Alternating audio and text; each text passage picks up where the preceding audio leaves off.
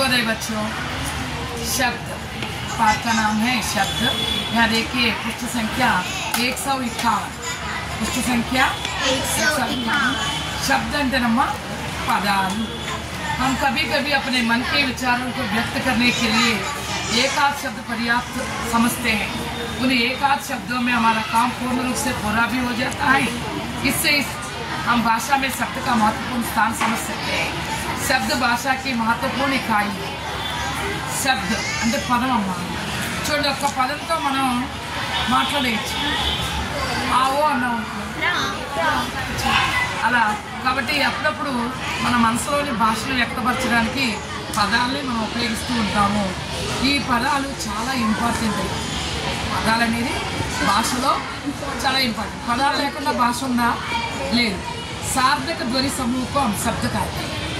అర్థవంతమైన అర్థం వచ్చే పదాలని మనం పదాలు శబ్ద అంటారు. హిందీలో శబ్ద అంటే తెలుగులో ఏంటి? పదాలు. తెలుగులో ఏంటమ్మా? పదాలు. తెలుగులో శబ్దం అయితే సౌండ్ కదా, కానీ అలాగా. व्युत्पत्ति, रचना या बनावट, प्रयोग, इन तीनों दृष्टियों से शब्द का वर्गीकरण किया जाता है. अभी పుట్టిన దాన్ని బట్టి, రెండోది అటు నిర్మాణాన్ని బట్టి, మూడోది ప్రయోగించే దాన్ని బట్టి ఈ పదాలు అనేవి మూడు రకాలుగా వర్గీకరించారు. शब्दों के कितने भेद हैं बच्चों? तीन भेद. क्या क्या है? व्युत्पत्ति की दृष्टि से शब्द के 4 भेद माने जाते हैं.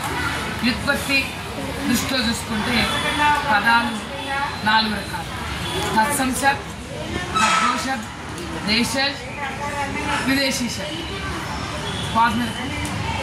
దృష్టి సే అంటే అవి పుట్టిన దాన్ని బట్టి ఆ పదాలు 4 రకాలని చెప్తున్నాం. तत्सम, तद्भव, देशज, विदेश. उसके बाद तत्सम शब्द. ये संस्कृत के वे शब्द हैं जो उसी रूप में जोन के त्यों हिंदी में प्रयुक्त होते हैं. तत्सम పదాలు అంటారమ్మా డైరెక్ట్గా సంస్కృతం నుంచి వచ్చి దిగిపోయిన పదాలు మన హిందీకి వచ్చేసి. అవేంటి? అగ్ని, అసురు, గృహ, రాత్రి. సంస్కృత పదాలు డైరెక్ట్గా రూపం మార్చుకోకుండా వచ్చేస్తాయి.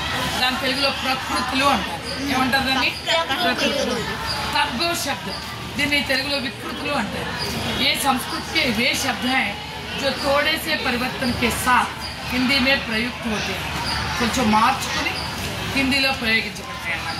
जैसे आग, आंसू, घर, रात, भाई ఇలాంటి. ఉదాహరణకి శ్రావణ, ససం, सावन, तद्भव. सूर्य, ससम, सूरज, तद्भव. ఇలా ఉంటాయి. अर्थమైందా మీకు? और उसके बाद देखिए बच्चों, देशज वे ये शब्द हैं जो अन्य भारतीय भाषाओं से हिंदी में लिए गए हैं और हिंदी के ही अपने हैं. చూడండి కొన్ని వేరు భాషల్లోంచి మన భాషలో తీసుకున్నారు, హిందీలోకి తీసుకున్నారు. అవేంటాయి? थैला, गाड़ी, खिड़की, घोंसला, पगड़ी, पेट, जूता, झाड़ू, लोटा, चिड़िया, कपड़ा. ఈ లోటా అనేది మన తెలుగు పదం కదా, లోటా ఉపయోగిస్తాం కదా. అలా కొన్ని అన్ని భాషల్లోంచి తీసుకున్న పదాలు ఇవి. ఇది దేశజ్ అంటారు. భారతీయ భాషల్లోంచి తీసుకున్న పదాలు ఏమంటారు? సంస్కృతం నుంచి డైరెక్ట్గా తీసుకున్నాయి, కొంచెం మార్చి తీసుకున్నాయి. వేరే భారతీయ భాషలో మిగతా భాషల్లోంచి వచ్చిన పదాలు विदेशी शब्द. ये वे शब्द हैं जो किसी विदेशी भाषा से हिंदी में प्रयोग किया जाता है और उसी रूप में प्रयुक्त होते हैं. कुछ शब्द अलग रूप से प्रयुक्त होता है. देखिए जैसे पेंसिल. पेंसिल किस भाषा से ली गई है? अंग्रेजी. इंग्लिश में पेंसिल, हिंदी में पेंसिल. पुली, चाबी, फीस. फीस का है फीस. फुटबॉल, जमीन, चाय, प्याला, अमीर, बटन, कोक, बैग. केवल अंग्रेजी ही नहीं, सऊदी अरेबिया से, पाकिस्तान से, अन्य देशों से जो शब्द आए हैं उन्हें विदेशी शब्द आते हैं. रचना या बनावट की दृष्टि से शब्द के 3 भेद किए जाते हैं. व्युत्पत्ति के आधार पर 4 प्रकार. समझ में आया बच्चों? अच्छा बच्चों, धन्यवाद.